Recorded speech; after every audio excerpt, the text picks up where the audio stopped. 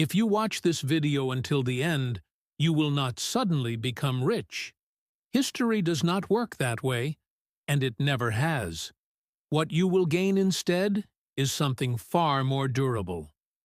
You will understand why, in every major monetary collapse of the modern era, a small group of people preserved their wealth, while the majority watched theirs quietly dissolve. This difference has nothing to do with intelligence or luck. It has everything to do with position. When the ground begins to move, most people only realize they are standing on sand after it starts to sink. Those who endure are already standing on something solid, long before anyone else notices the shift. Every generation believes it lives in a unique moment. New technology, new policies, new safeguards, new confidence. But when money fails, the script is always familiar. The real danger is not the absence of money, but the false belief that money itself is wealth.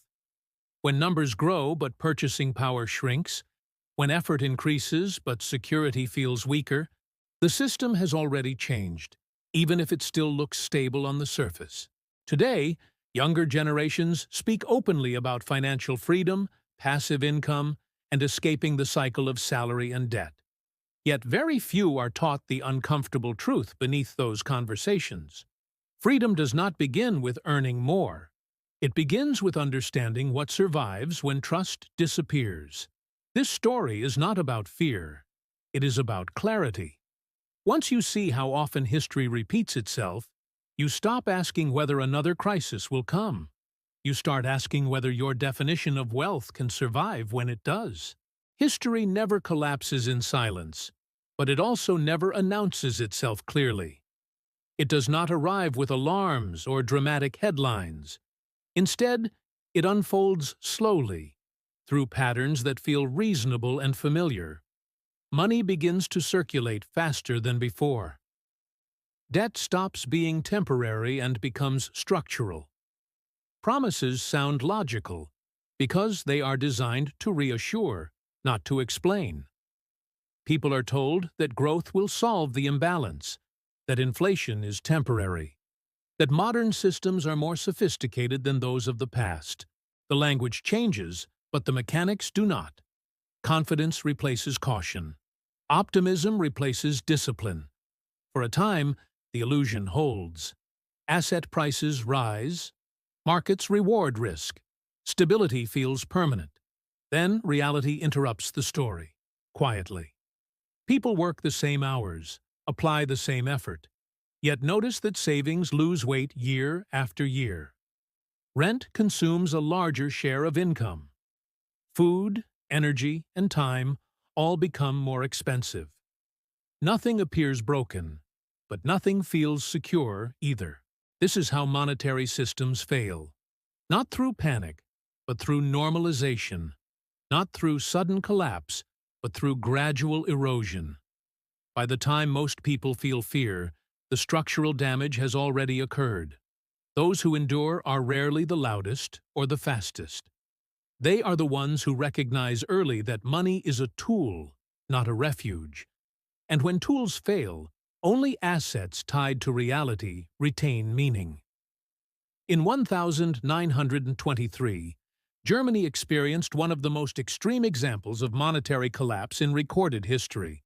The Weimar Republic, burdened by war reparations and political instability, financed its obligations by expanding the money supply at an accelerating pace. At first, the consequences seemed manageable. Prices rose, but wages followed. Confidence remained. Then the math stopped working. Inflation moved faster than income.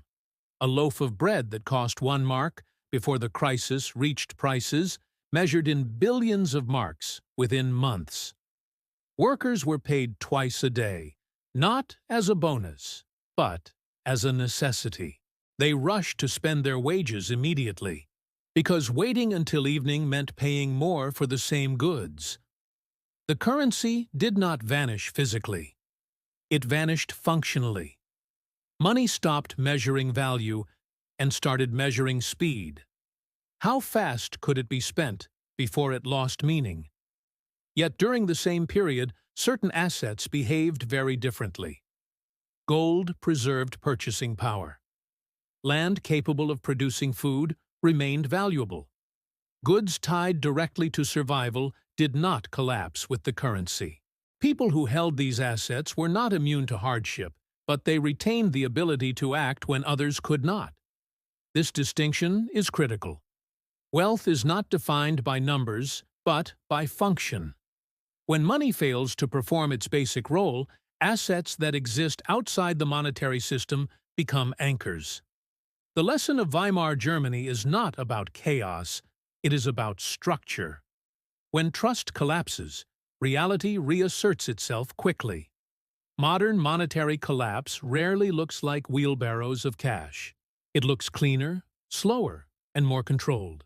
After the financial crisis of 2008, central banks expanded money supply aggressively to stabilize markets and prevent systemic failure. For years, inflation remained subdued, reinforcing the belief that expansion carried no real cost. Between 2008 and 2022, broad money supply in the United States increased several-fold. Asset prices rose sharply. Markets adapted. Confidence returned. The system appeared resilient.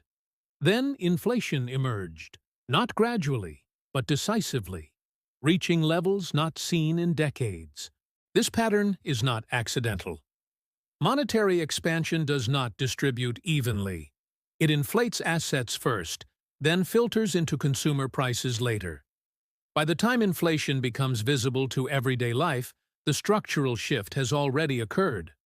Similar dynamics unfolded in Venezuela and Zimbabwe, though at far greater extremes. In each case, currency expansion funded short-term stability at the expense of long-term trust.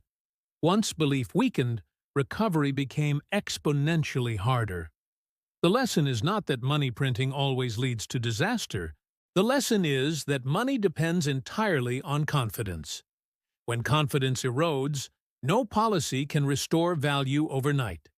At that point, survival shifts away from income and toward ownership of things that function regardless of policy.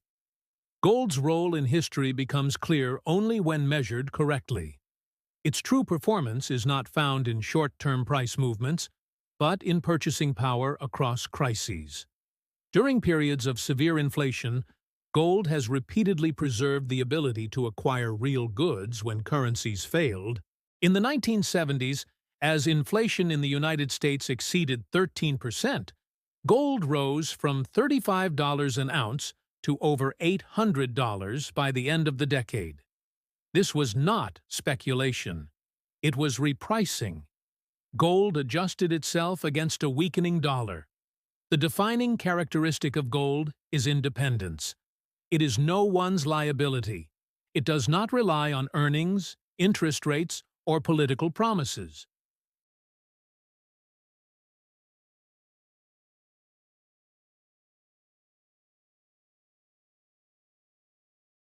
Physical ownership matters because crises expose hidden dependencies.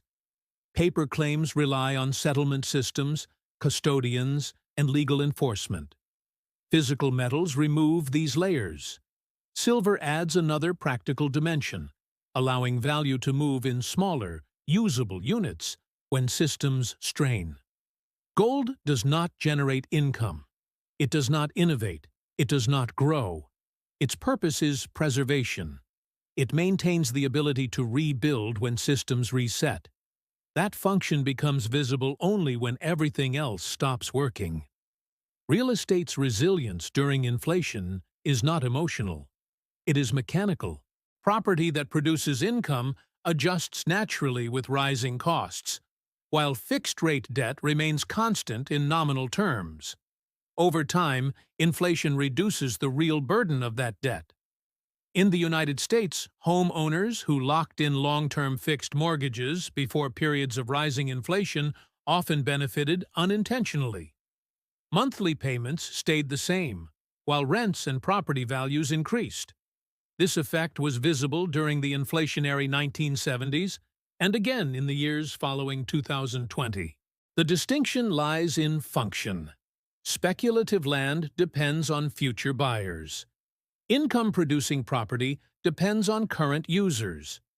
During economic stress, demand concentrates around necessity. Housing, storage, logistics, and food-related land continue to operate even when markets struggle. History shows that real estate tied to production and shelter behaves differently from assets tied to expectation. People may delay consumption, but they do not stop living. They do not stop storing goods. They do not stop growing food. This is why land has survived wars, regime changes, and monetary resets. Not because prices always rise, but because usefulness anchors value when abstraction fails. Commodity markets respond to reality faster than financial narratives.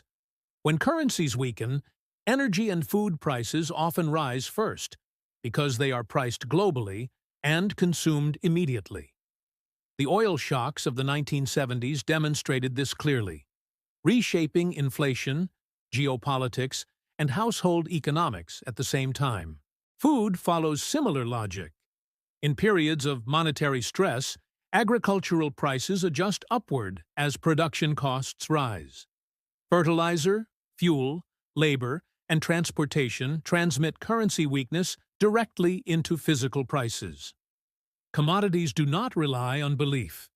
They rely on necessity. Control over resources becomes leverage when trust erodes. This is why nations prioritize energy security and food independence during unstable periods. Ownership does not always mean physical storage. It can mean land with water access, participation in extraction, or positioning at the top of supply chains. What matters is proximity to reality. In times of abstraction, reality is volatility. In times of collapse, reality is safety. Across centuries, monetary systems change, but the principle remains constant. When debt expands faster than real production, currencies weaken.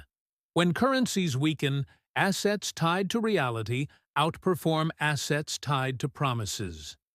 Those who lose everything are rarely reckless.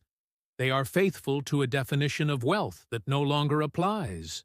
Those who endure understand that true assets do not need permission to exist. This is not about predicting collapse. It is about preparing for uncertainty. Money is efficient in stable systems. Assets are resilient in unstable ones. History does not reward panic. It rewards structure. When the storm comes, the question is never how strong the wind is.